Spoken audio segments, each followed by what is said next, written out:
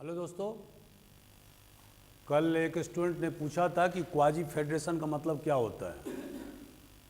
तो उसी के परिप्रेक्ष्य में मैं आज ये क्लास ले रहा हूँ ताकि आप समझ सकें कि भारतीय संविधान, Indian constitution is a quasi federation. भारतीय संविधान अर्ध संघात्मक है। आपसे क्वेश्चन पूछ सकता है एग्जाम में, ठीक है, बोलेगा डिस्कस, आप इसको व्याख्या करें। तो उस स्थिति में आपको क्या क्या करना है। तो आज हमारा जो टॉपिक है वो अगले 30-35 मिनट में इसी पर केंद्रित रहेगा। और ये जो टॉपिक है वो nature of the Indian constitution से रिलेटेड है, भारतीय संविधान की प्रकृति, ठीक है। अब अगर आप भारतीय संविधान का जो आर्टिकल 1 पढ़ेंगे, आर्टिकल 1, ये क्या है? इसमें लिखा है India that is Bharat shall be a union of state. India that is Bharat shall, इसमें दो वर्ड आया है, एक इंडिया मतलब अंग्रेजी का वर्ड और दूसरा हिंदी में भारत। माने हमारे देश को हिंदी में भारत कहते हैं as per the constitution of India, और अंग्रेजी में इंडिया कहते हैं। हिंदुस्तान या आर्यावर्त वगैरह सब है नाम, लेकिन संविधान में दो वर्ड को रखा गया है अपने देश के लिए, पहला हिंदी में भारत और दूसरा अंग्रेजी में इंडिया। नाउ इस शैल be a union of state, what does this indicate? Union मतलब क्या होता है? यहाँ पर फेडरेशन क्यों नहीं लिखा है? क्वेश्चन है। जैसे अमेरिका में फेडरेशन लिखा हुआ है कॉन्स्टिट्यूशन में, यहाँ पर यूनियन क्यों नहीं लिखा हुआ है? इसका इंडिकेशन क्या है? इसका मतलब क्या होता है? दो मतलब होता है। पहला, इसका दो माने होता है। पहला कि units have no right to secede, मतलब जो स्टेट हैं जैसे बिहार है, यूपी है, पंजाब है, इनको यूनियन से माने केंद्र से हटने का कोई अधिकार नहीं है। वो पृथक, सिसीड का हिंदी होगा पृथक, पृथक होने का अधिकार नहीं है, दैट ओके। और दूसरा, union of India was not made of agreement among states. तो हमारे यहाँ जो यूनियन बना, ठीक है, कॉन्स्टिट्यूशन ने जो यूनियन बनाया है वो किसी समझौते का परिणाम नहीं है। जैसे कि अमेरिका में क्या हुआ दोस्तों, 1776 में जब जॉर्ज वाशिंगटन के नेतृत्व में उन्होंने अंग्रेजी फोर्स को हराया, तो उसके बाद उन्होंने सत्ता स्थापित किया और उनका जो कॉन्स्टिट्यूशन निर्मित हुआ वो 1787-88 में और लागू हो गया 1789 में, ठीक है। उस समय में 13 कॉलोनी थे, ओनली 13। अभी जो आप अमेरिका का नक्शा देख रहे हैं उतना बड़ा अमेरिका नहीं था, वो धीरे धीरे उनका विस्तार हुआ या कुछ इलाके उन्होंने खरीदे, ठीक है। लेकिन उस समय जो था वो ओनली देयर वर 13 कॉलोनीज, और ये 13 कॉलोनीज मिल करके उन्होंने एक केंद्रीय सत्ता स्थापित किया। हमारे देश में आप देखेंगे, चूंकि हमारा देश गुलाम रहा 200 वर्षों तक अंग्रेजों के समय में, तो हमारे देश में यूनियन ऑफ इंडिया जो है, जो बना है, वो किसी एग्रीमेंट का परिणाम नहीं है, किसी समझौते का परिणाम नहीं। इसका मतलब दो बातें होती हैं, ठीक है। अब संघीय व्यवस्था की विशेषता क्या होती है? What are the special feature of a federation, ठीक है। तो पहला होता है रिटन कॉन्स्टिट्यूशन, लिखित संविधान। हमारे देश में जो संविधान बना है वो लिखित है, और इसमें आप जानते हैं कितनी धाराएं हैं? बताइए, आप किसी को मालूम है कितनी धाराएं हैं? अभी वर्तमान में कितनी धारा है? जब संविधान बना था तो उसमें 395 धारा थी, अभी कितनी धारा है?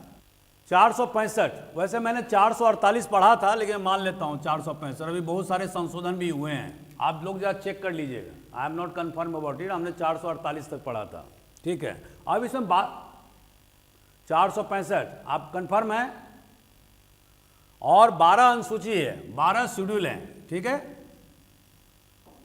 ठीक है, शेड्यूल्स ये इतने हैं, आर्टिकल हैं 465, ठीक है। पहले जो मूल संविधान था उसमें 395 आर्टिकल थे और 8 शेड्यूल था, अब वो शेड्यूल बढ़कर के 12 हो गया है, ठीक है। तो हमारा संविधान जो है वो लिखित है और विश्व का सबसे बड़ा संविधान है, अंडरस्टैंड, क्योंकि बहुत सारी बातों को हमारे संविधान में लिख दिया गया है जो कि दूसरे संविधान में नहीं लिखा गया है। ठीक है, अगर आप अमेरिका के संविधान देखेंगे तो वहां पर मात्र 7 आर्टिकल हैं, ओनली 7। हालांकि वो आर्टिकल बहुत लंबे लंबे हैं, लेकिन देयर आर ओनली 7 आर्टिकल्स।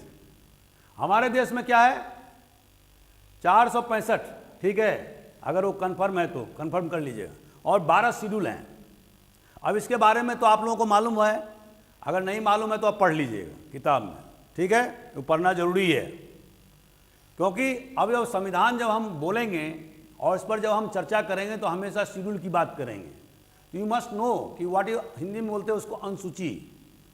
तो अनुसूची क्या है, संविधान के क्या क्या आर्टिकल हैं, उसके क्या क्या और कितने कब कब अमेंडमेंट हुए हैं, मतलब संशोधन हुए हैं, ये पढ़ के आइएगा अगले क्लास में। तो पहला दोस्तों क्या है, रिटन कॉन्स्टिट्यूशन, लिखित संविधान है, इसमें कोई मौखिक बात नहीं है। तो फेडरेशन मतलब संघीय व्यवस्था की विशेषता पहला है रिटन कॉन्स्टिट्यूशन। दूसरा क्या है, आवाज बंद करो, division of power between state and union. जैसे मैंने पहले आपको बताया कि 7, अभी जो 12 सूची मैंने बताया आपको, तो 7 सूची जो है उसमें क्या लिखा हुआ, डिवीजन ऑफ पावर है। डिवीजन ऑफ पावर मतलब स्टेट के क्या क्या कौन कौन से आइटम पर स्टेट कानून बना सकता है, उसका क्षेत्राधिकार कौन कौन से आइटम पर है, और यूनियन का किस किस आइटम पर कानून बना सकते हैं। जैसे यूनियन के पास में डिफेंस है, प्रतिरक्षा, यूनियन के पास में करेंसी है, क्योंकि सिक्का या रुपया जारी करने का अधिकार केवल केंद्र सरकार को है, स्टेट सरकार, स्टेट गवर्नमेंट नहीं जारी कर सकता है। सेना रखने का पावर केवल केंद्र सरकार के पास में। ठीक है, तो इस तरह के कुल आज की तारीख में अगर आप देखेंगे तो 104 यूनियन लिस्ट हो गया है, और राज्य का जो स्टेट लिस्ट है पहले 66 था, अब 61 हो गया, 61। और समवर्ती सूची कंकरेंट लिस्ट पहले 47 था, अब 41 हो गया, 41। इसीलिए मैंने कहा था कि आप लोग अनुसूची पढ़ के आइए। तो इस तरह से हम देखते हैं कि जो यूनियन लिस्ट है उस पर कानून बनाने का सिर्फ और सिर्फ केंद्र सरकार को पावर है, पार्लियामेंट को है। जो स्टेट लिस्ट है उस पर विभिन्न राज्य के असेंबलीज को है, और जो समवर्ती सूची है मतलब कंकरेंट लिस्ट, उस पर केंद्र और राज्य सरकार दोनों को कानून बनाने का पावर है। लेकिन अगर एक ही सब्जेक्ट पर अगर केंद्र और राज्य सरकार दोनों के द्वारा कानून बनाए जाते हैं, तो इन दैट सिचुएशन जो केंद्र के द्वारा मैंने पार्लियामेंट के द्वारा जो कानून बनाया जाएगा, that will supersede over the laws made by the state assemblies. ठीक है, तो यहां पर क्या हम देखते हैं कि हालांकि डिवीजन ऑफ पावर किया गया है, लेकिन फिर भी केंद्र की सत्ता ज्यादा मजबूत कर दी गई है। ठीक है, वो तो हम बाद में आएंगे। तो हम क्या देखते हैं, डिवीजन ऑफ पावर माने कार्यों का विभाजन। ठीक है, तीसरा क्या है और क्या इंपॉर्टेंट है, आप देखेंगे कि बाइकैमरल लेजिस्लेचर है। बाइकैमरल मतलब द्विसदनीय व्यवस्था। बाइकैमरल लेजिस्लेचर मतलब द्विसदनीय व्यवस्था मतलब लोकसभा और राज्यसभा दोनों हैं। और इसमें जो है, जो लोकसभा में जो एमपीज का चुनाव होता है वो तो सीधे जो है कॉन्स्टिट्यूशन आधार पर होता है, लेकिन राज्यसभा में क्या होता है, राज्यसभा जो है वो विभिन्न राज्यों का प्रतिनिधि करता है, और हर राज्य का अपना प्रतिनिधि माने रिप्रेजेंटेशन राज्यसभा में है। तो और इसका चुनाव कैसे होता है, जैसे कि प्रेसिडेंट के चुनाव के लिए नियम बनाए गए हैं, proportional representation by single transferable vote, उसी तरह से हर राज्य को एक अलॉटेड सीट दिया गया है on the basis of the population. अब जैसे कि यूपी को चूंकि बहुत बड़ा राज्य है, पॉपुलेशन बहुत बड़ा है, तो उसको सबसे ज्यादा राज्यसभा में सीट मिला हुआ है, 31 सीट मिला हुआ है। ठीक है, उसी तरह से अभी एमपी में आप देखेंगे कि 11 सीट मिला हुआ है, और इसका चुनाव जो होता है वो कौन करता है, वहां के स्टेट असेंबलीज के मेंबर्स माने एमएलएस। और चुनाव की प्रक्रिया क्या होती है, proportional representation by single transferable vote. जो प्रेसिडेंट के चुनाव में जो अख्तियार करते हैं एकल संक्रमणीय पद्धति के द्वारा समानुपातिक प्रतिनिधित्व प्रणाली के द्वारा। ठीक है, इसको थोड़ा हिंदी क्लिष्ट है, तो उस आधार पर इसका चुनाव होता है। अब चौथा फैक्टर क्या है, व्हाट इज दिस? एक मजबूत जुडिशियरी है, न्यायिक प्रणाली अपने देश में, headed by supreme Court of India. इसके बारे में हमारा वीडियो है AJIS एकेडमी इंदौर पर, आप टाइप करें यूट्यूब पर, आपको मिल जाएगा। Powers of high court and supreme court and their jurisdiction, क्षेत्राधिकार, उसका डिटेल में हमने व्याख्या किया है। ठीक है, और इसके बाद, और ये जो स्ट्रॉन्ग जुडिशरी है वो क्या काम करता है कि in case of encroachment by any either unit और द यूनियन गवर्नमेंट, इसको जो है पावर है, क्या है, ओरिजिनल जुरिडिक्शन का। सुप्रीम कोर्ट को क्या पावर है? ओरिजिनल जुरिडिक्शन का पावर है। जैसे मैंने कल बताया था आपको, मूल क्षेत्राधिकार है, ये किसके पास में? सुप्रीम कोर्ट के पास में। ये अधिकार हाई कोर्ट के पास में नहीं है भाई। मतलब इसका मतलब ये होता है कि in case of any conflict between the union and the state और between two states, the original jurisdiction lies with Supreme Court of India. और कोई भी फंडामेंटल राइट्स जो आपको दिया गया है, उस फंडामेंटल राइट्स का मैंने जो आर्टिकल 12 से लेकर के 35, ये भाग 3 में है फंडामेंटल राइट कॉन्स्टिट्यूशन में। इसमें अगर किसी प्रकार का दखलंदाजी किसी गवर्नमेंट के द्वारा, किसी लोकल बॉडीज के द्वारा, किसी दूसरे व्यक्ति के द्वारा अगर किसी तरह का हस्तक्षेप किए जाते हैं, तो in that situation what will happen? Supreme Court को ये पावर है आर्टिकल 32 में कि वो रिट जारी कर सकता है, और यही पावर हाई कोर्ट को है आर्टिकल 226-227 में। ठीक है, तो दोस्तों हमारे देश में एक इंडिपेंडेंट मतलब स्वतंत्र जुडिशरी की स्थापना किया गया है। और जुडिशरी में आप देखेंगे कि एक सुपीरियर जुडिशरी होता है जिसमें कि सुप्रीम कोर्ट और हाई कोर्ट होता है, और उसके बाद में लोअर जुडिशरी होता है जो कि हर एक जिले में आप देखेंगे डिस्ट्रिक्ट कोर्ट होता है, उसके नीचे में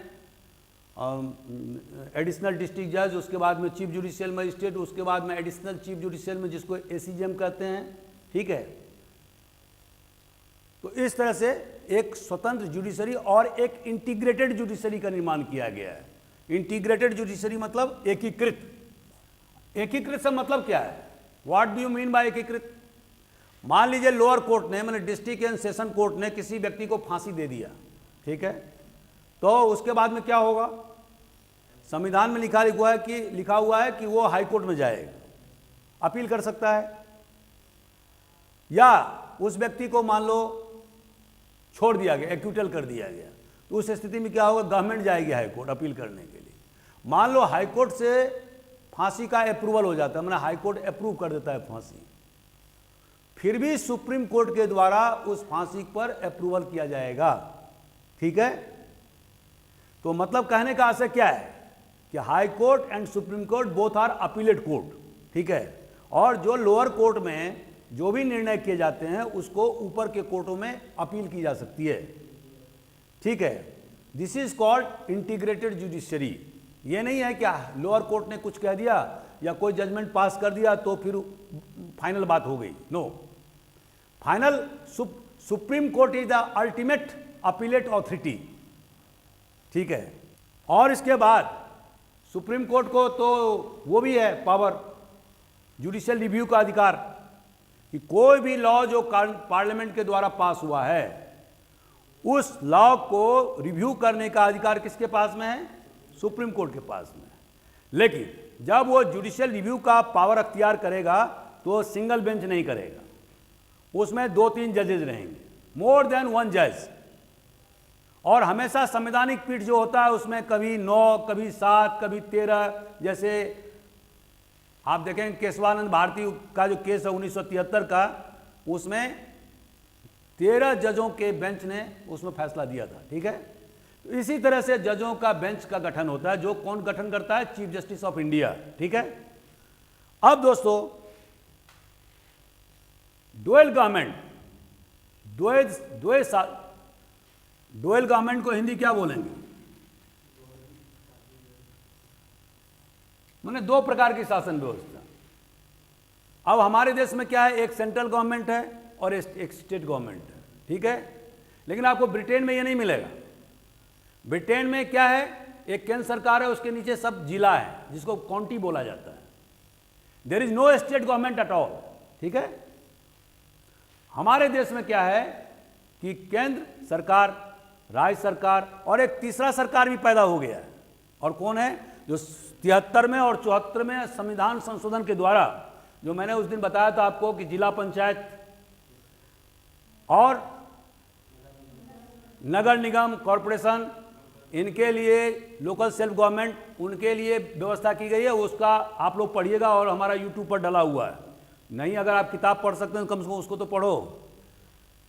73वें संविधान संशोधन जो है 13th और 17th 4th, और इसका शेड्यूल जो है वो है 11वां अनुसूची, जो मैं अभी बता रहा था कि आपको पढ़ना पड़ेगा शेड्यूल, और ये है 12वां अनुसूची।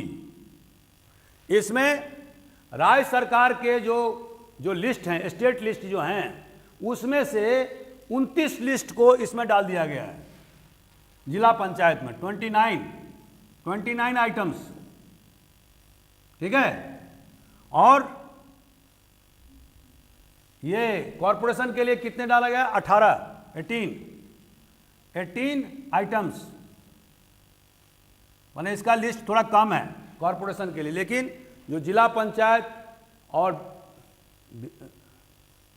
ब्लॉक पंचायत और जो ग्राम पंचायत, जो एक श्रृंखलाबद्ध है, तीनों 3 टायर सिस्टम है ना अपने यहाँ पंचायत सिस्टम का, आप उसको पढ़िए क्योंकि किसी दिन मैं पूछूंगा आप लोगों से। तो इसमें 18 आइटम है, ठीक है। तो इस तरह से हम क्या देखते हैं कि हमारे देश में त्रिस्तरीय प्रणाली हो गया है, एक केंद्र स्तर पर, एक राज्य स्तर पर और एक जिला स्तर पर, ठीक है। जो आपको ब्रिटेन में या एकात्मक जो प्रणाली है, जो जहां पर यूनिटरी फीचर है, वहां पर वो नहीं मिलेगा। तो इस तरह से दोस्तों हमने आपको बताया कि जो फेडरल जो फीचर होता है, जो संघात्मक व्यवस्था होता है, उसमें ये सारे तत्व का समावेश होता है। एक लिखित संविधान होना चाहिए, दूसरा सुप्रीमेसी ऑफ कॉन्स्टिट्यूशन, ये मैं भूल गया, सुप्रीमेसी। अब दोस्तों सुप्रीमेसी ऑफ कॉन्स्टिट्यूशन का मतलब क्या हुआ, व्हाट डज दिस इंडिकेट? इसका मतलब यह हुआ कि भारत में जो संविधान है वही सार्वभौम है, it is a sovereign body. अब जैसे कि अमेरिका में, लेकिन ब्रिटेन में पार्लियामेंट सॉवरेन बॉडी है। क्यों? इसीलिए कि पार्लियामेंट जो ब्रिटेन का है वो केवल पुरुष को महिला और महिला को पुरुष बनाने के अलावा बाकी सब सारा काम कर सकती है।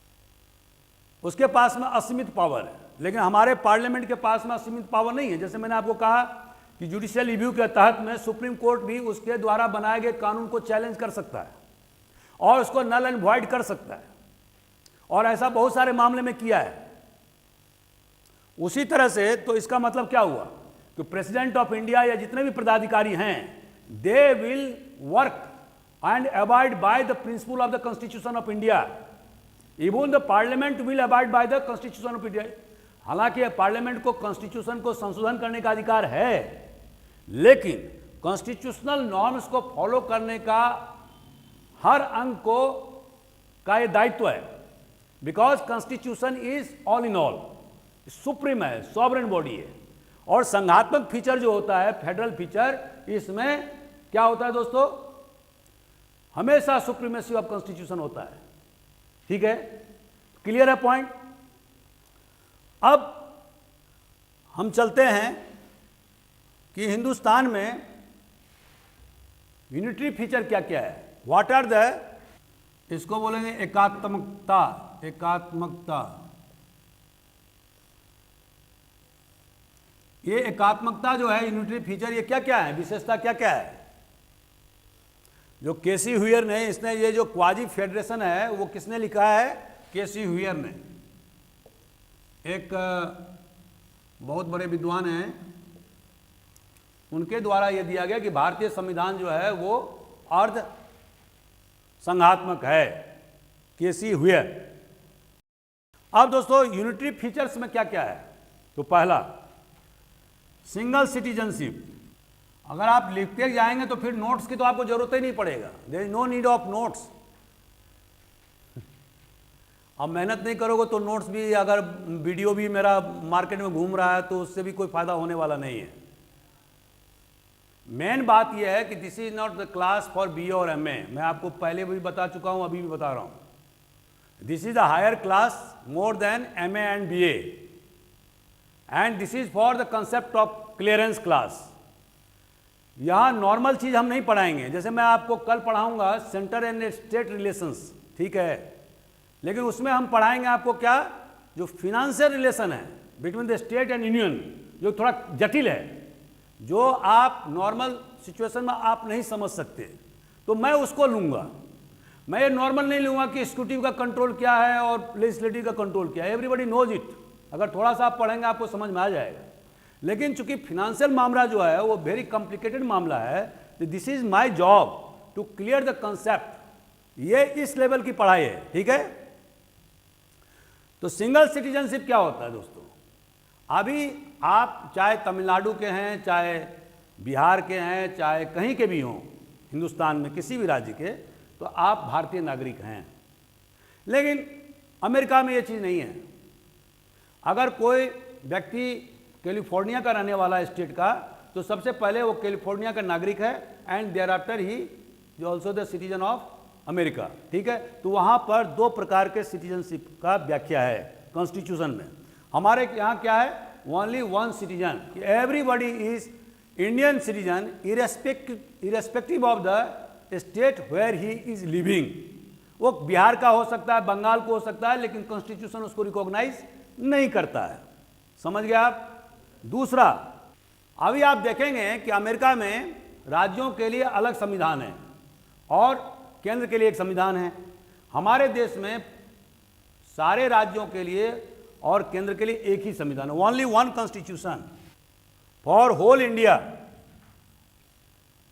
और आपने देखा होगा कि जम्मू एंड कश्मीर के लिए पहले अलग से एक संविधान था उनका, क्योंकि अभी आर्टिकल 370 हटने के बाद में वो खत्म कर दिया गया है, एंड नाउ जम्मू कश्मीर को यूनियन टेरिटरी में तब्दील कर दिया गया है, और उनके लिए भी अब कोई अलग से कॉन्स्टिट्यूशन नहीं है। तो हमारे देश में अब एक कॉन्स्टिट्यूशन है, चाहे वो जम्मू कश्मीर हो, चाहे नागालैंड हो, चाहे बिहार हो, चाहे यूपी हो, चाहे कहीं का भी हो, ठीक है। All the state has to follow the constitutional rules, ठीक है। लेकिन अमेरिका में हर एक राज्य के लिए अपना अलग अलग संविधान है। तो ये क्या है, ये फीचर है, यूनिटी फीचर, एकात्मक फीचर क्या है, ये हम अभी बताने जा रहे हैं। तीसरा, सेंटर माने केंद्र सरकार या पार्लियामेंट राज्य के बाउंड्री को बदल सकता है, चेंज कर सकता है, राज्य को ही खत्म कर सकता है। जैसे आपने देखा होगा जम्मू कश्मीर में उसको राज्य का दर्जा प्राप्त था, उसको यूनियन टेरिटरी में तब्दील कर दिया गया। उसी तरह से आप देखेंगे आज़ादी के बाद से मद्रास स्टेट को दो भाग में विभाजित कर दिया गया, एक आंध्र प्रदेश और दूसरा तमिलनाडु। अब आंध्र प्रदेश का भी दो भाग हो गया, एक तेलंगाना और एक आंध्र प्रदेश, ठीक है। इसी तरह से आपने देखा होगा पंजाब और हरियाणा का डिवीजन हुआ, ठीक है। उसी तरह से आप देखते हैं कि बिहार का बंटवारा हुआ, झारखंड और बिहार। तो इस तरह से हिंदुस्तान में इसके दो प्रक्रिया हैं, या तो वहाँ के स्टेट असेंबली ये लिख के दे, प्रस्ताव पारित करके कि हम डिवीजन चाहते हैं, या पार्लियामेंट स्वतः कर सकता है, उसको रिजोल्यूशन की जरूरत नहीं है, ठीक है। लेकिन एक जो, तो ये क्या फीचर दर्शाता है, ये एकात्मक फीचर दर्शाता है, ये पार्लियामेंट का ओवरराइडिंग पावर को दर्शाता है। ये अमेरिका में आप ऐसा नहीं कर सकते। उनके जो 50 स्टेट हैं उनकी बाउंड्री को आप, वहाँ की कांग्रेस बदल नहीं सकती है, जब तक कि वहाँ की जो स्टेट के जो असेंबलीज हैं वो जब तक ना चाहे, ठीक है। यहाँ क्या है, यहाँ पर पार्लियामेंट बाउंड्री को बदल सकता है, भले ही राज्य की इच्छा हो ना हो। पार्लियामेंट किसी इंटरनेशनल ट्रीटी या ऑब्लिगेशन को इंप्लीमेंट करने के लिए, उसको कानूनी जमा पहनाने के लिए, वहाँ के इलाके को किसी विदेशी या दूसरे देश को भी दे सकता है। जैसे आपने देखा होगा कि बहुत सारे विलेजेस जो हमारे देश के पार्ट थे, बांग्लादेश, वेस्ट बंगाल, पश्चिमी बंगाल के, तो भारत सरकार ने बांग्लादेश में जो समझौता हुआ तो बहुत सारे जो गांव हैं, विलेजेस, वो उन्होंने बांग्लादेश को दे दिया और कुछ गांव बांग्लादेश के हमारे देश में मिला दिए गए। ठीक है, और इसका अप्रूवल पार्लियामेंट ने कर दिया। ठीक है, लेकिन अगर राज्य सरकार नहीं भी चाहती, मान लो वेस्ट बंगाल गवर्नमेंट में other than Bharatiya Janata party की सरकार है, अगर वो नहीं भी चाहे तो पर कोई फर्क नहीं पड़ता। क्यों? Because parliament has got the overriding power in as far as the changes of boundaries are concern. ठीक है, ये चीज यूनिटरी फीचर को दर्शाता है। अब हमने इमरजेंसी प्रोविजन बताया आपको, कल मैंने विस्तृत व्याख्या किया है। किसी भी फेडरेशन में इमरजेंसी का प्रावधान नहीं होता। और मैंने क्या बताया आपको, इमरजेंसी प्रोविजन ऑफ इमरजेंसी, हमारे देश में जो आपातकाल की व्यवस्था धारा 352 से लेकर 360 में है, उसमें डॉक्टर अंबेडकर ने क्या कहा था कि इन अनफोर्सिंग सर्कमस्टांसेस, विपरीत परिस्थिति में जो हमारा देश का जो फेडरेशन संघात्मक व्यवस्था है वो एक एकीकृत व्यवस्था के रूप में तब्दील हो जाएगा। और इसका मतलब क्या हुआ कि पार्लियामेंट और केंद्र सरकार राज्यों के अधिकार को भी अतिक्रमण कर सकता है। और आपको मैंने बताया कि जैसे फिनेंशियल इमरजेंसी का मामला हो या प्रेसिडेंट रूल हो या एक्सटर्नल एग्रेशन या इंटरनल आर्म्ड रिबेलियन, माने सशस्त्र विद्रोह के आधार पर धारा 352 के तहत में आपातकाल लागू की गई हो, तो उस स्थिति में क्या होगा? उस स्थिति में राज्य सरकार की सत्ता केंद्र सरकार में निहित हो जाएगी और जो डायरेक्शन केंद्र सरकार देगा उसको मानना पड़ेगा। ठीक है, और ये नहीं कह सकता कि साहब ये तो स्टेट लिस्ट है, इसमें तो हमारा एक्सक्लूसिव राइट है, आप कैसे दखलंदाजी कर सकते हैं? नो, वहां पर इमरजेंसी के दौरान उस पार्लियामेंट को ओवरराइडिंग पावर हो जाता है। और इसका मतलब क्या हुआ कि एक भारतीय संविधान विशेष परिस्थिति में संघात्मक से एकात्मक व्यवस्था में तब्दील हो जाती है। तो इमरजेंसी प्रोविजन जो है वो यूनिटरी फीचर की विशेषता है। नहीं, वो तो राज्य सरकार को, ये बात सही है आपका, आर्टिकल 365 मैंने बताया था आपको, इसमें राज्य सरकार, केंद्र सरकार को यह पावर है कि वो राज्य सरकार को समय समय पर दिशा निर्देश दे। अगर राज्य सरकार उस दिशा निर्देश को पालन नहीं करता है तो आर्टिकल 356 के तहत में उस पर प्रेसिडेंट रूल लगाया जा सकता है। ठीक है, अच्छा दोस्तों, इसके अलावा 3-4 पॉइंट है। पहला, provision of all India services. All India services में क्या क्या आते हैं? IAS, IPS and IFS, Indian forest service, Indian foreign service नहीं, इंडियन फॉरेस्ट सर्विस। ठीक है, अब ये प्रोविजन ऑल इंडिया सर्विस आपको विश्व में कहीं भी नहीं मिलेगा, किसी भी फेडरल स्ट्रक्चर में नहीं मिलेगा। मतलब एक IAS ऑफिसर जो है वो भले ही केंद्र सरकार का कर्मचारी है लेकिन वो राज्यों में काम करता है, वो राज्य में भी काम कर सकता है, केंद्र में भी काम कर सकता है और राज्य में भी ऊंचे ऊंचे ओहदे पर वही पोजीशन लिए हुए है। ठीक है, तो provision of all India services ये क्या करता है? ये केंद्र सरकार को एक अलग से ताकत प्रदान करता है। आपने देखा होगा कि प्रधानमंत्री को विभिन्न कलेक्टरों के साथ मीटिंग करते हुए, ठीक है, समझ रहे हैं ना आप, ये क्या शो कर रहा है? Overriding power of the central government. क्यों? कि जितने भी कलेक्टर हैं सब इंप्लाई किसके हैं? केंद्र सरकार के, लेकिन काम कहाँ कर रहे हैं? राज्य सरकार में। तो लॉयल्टी उनकी कहाँ पर है? केंद्र सरकार के पास में। ठीक है, ताकि राज्य सरकार में कोई इस तरह के जो विघ्न संतोषी हैं वो केंद्र से तोड़फोड़ करके अपना अलग राज्य ना बना लें। इसीलिए संविधान निर्माताओं ने क्या कहा? उन्होंने ऑल इंडिया सर्विसेज जो आर्टिकल 309 से लेकर 312 तक प्रावधान है। इसके बाद अपॉइंटमेंट ऑफ गवर्नर। अब दोस्तों, राज्यपाल का नियुक्ति जो करता है वो प्रेसिडेंट करता है। प्रेसिडेंट मतलब प्रधानमंत्री और उसके कैबिनेट मिनिस्टर्स। अब ये अगर राज्यपाल का आप देखेंगे तो क्या हिसाब किताब है कि governor will remain at his post during the pleasure of the president. Word क्या लिखा हुआ है? ड्यूरिंग द प्लेजर, माने प्रेसिडेंट की कृपा पर जितना दिन, हालांकि 5 साल के लिए नियुक्ति होती है, लेकिन अगर वो चाहे तो कभी भी किसी वक्त हटा सकता है। ये क्या शो करता है कि राज्यपाल के नाक में नकेल जो है ना किसने पहनाया हुआ है? केंद्र। तो राज्यपाल का यहाँ 2 काम होता है। पहला कि he is the representative of the central government, number 1, and he is the head of the state. 2 उसके फंक्शन होते हैं, ठीक है। इसीलिए आप देखेंगे कि राज्यपाल का पद बहुत ज़्यादा विवादित रहा है, क्योंकि उसको एक हाथ जो है वो सेंटर खींचती है और दूसरा वहाँ की राज्य सरकार खींचती है, और इसी में वो विवादित व्यक्ति बन जाता है। जैसे आपने महाराष्ट्र में अभी देखा, हिमाचल प्रदेश में देखा, बहुत सारे राज्य सरकारों को राज्यपाल ने हटा दिया, बाद में सुप्रीम कोर्ट ने उसको रीइंस्टेट कर दिया। तो ये बड़ा बेइज्जती का सामना करना पड़ा। और हमारा वीडियो उसमें है, गवर्नर के अधिकार और कर्तव्य, आप उसको जरूर सुनिए। एक लास्ट में सीएजी की नियुक्ति, controller and auditor general of India.